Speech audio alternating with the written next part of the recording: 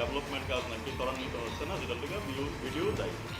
But এখানে আমি join করেছিলাম 23/3/2026, মানে আজকে 70তম দিন এবং ওয়ার্কিং ডে কাউন্ট করলে আজকে 50তম দিন। সেই 23/3/26 জয়েন করার পর আমি জানতে পারি যে আমি টিটিএডিসি ইলেকশনের অমরপুর সাব ডিভিশনের একজন অ্যাসিস্ট্যান্ট রিটার্নিং অফিসার। আমি স্বভাবত এসডিএম অফিসে আমার কার্যভার গ্রহণ করি। তারপরে সময় টু সময় যেমন সিএপিএফ এর রেকমেন্ডেশন, যত পোলিং স্টেশন আছে সেটার এএমএফ মানে এসব মিনিমাম ফেসিলিটির কাজগুলো কর্পোরেট এসডিএম এর নির্দেশে এবং অল্প নির্দেশে আমি করি। তারপরে পিবি সেল মানে পোস্টাল ব্যালট সেলের যে কাজগুলো সেটা আমি সম্পন্ন করি, মার্কিং এবং পোস্টাল ব্যালট 7 এবং 8 তারিখ এপ্রিল মাসের যে এখন অমরপুর স্কুলে হয়েছিল সেটার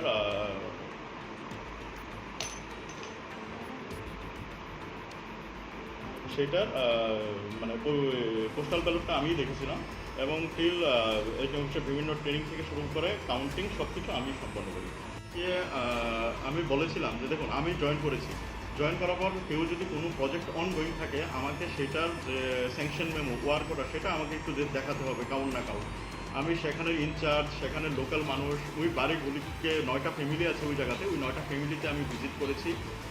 আমি জাস্ট বলেছি যে আমাকে সেই ওয়ার্ক অর্ডার এবং স্যাংশন মেমো দিন, কারণ আমি এখন নতুন এসেছি, আমাকে যদি ওয়ার্ক অর্ডার স্যাংশন মেমো কেউ না দেয় আমি পেমেন্ট করতে পারবো না।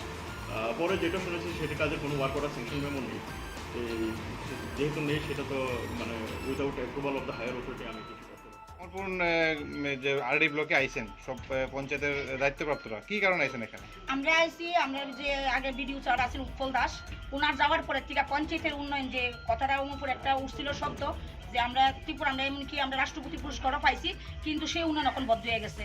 আমরা প্রত্যেকটা পঞ্চায়েতের ইনচার্জরা না প্রত্যেক দিন প্রত্যেকটা বিসি জিপি ইনচার্জরা না তারা সকাল থেকে ডিউটি লাগায়। আমরা ইনচার্জার থেকে শুনি তারা বুট 4:30 অবধি নাকি কাজ করে।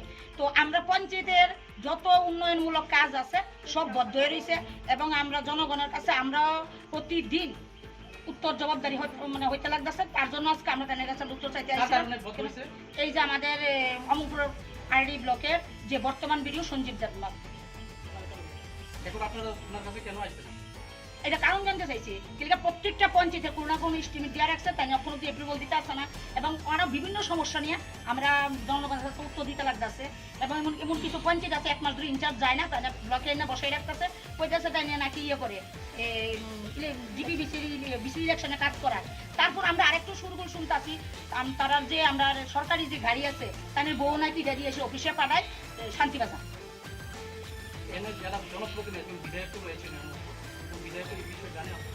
দেখুন, যেহেতু আমরা থাকচড়া পঞ্চায়েত বলে না সম্মান, যেহেতু আমরা জিপি বিসি মিল্লা বর্তমানে 10টা গ্রাম পঞ্চায়েত আছে, ত্রিস্তরীয় পঞ্চায়েত অনুযায়ী আমরা আইসি আজকে। তো আমরা প্রথমত শুরুয়াতটা আমরা যে ব্লকের চেয়ারপারসন সুচিতা দাস মহোদয় উনার নজরে দিছি। উনার তরফ থেকে উনি অনেকটা চেষ্টা করছে, তো উনার চেষ্টা করার পরও যেহেতু কোনো রেজাল্ট পাইতেছে না তার জন্য আজকে আমরা সবাই আইসি। তো ত্রিস্তরীয় পঞ্চায়েত অনুযায়ী আমরা নেক্সট লেভেলে পর্যন্ত যাব। আপনার নাম? আমার নাম লতা দে, থাকচড়া গ্রাম পঞ্চায়েতের প্রধান। এরকম আর প্রধান পঞ্চায়েত আইছে? হ্যাঁ, কোন কোন পঞ্চায়েতের প্রধানরা আইছে? এখানে যে 10টা পঞ্চায়েত আছে 10টা পঞ্চায়েতের প্রধানই আইছে।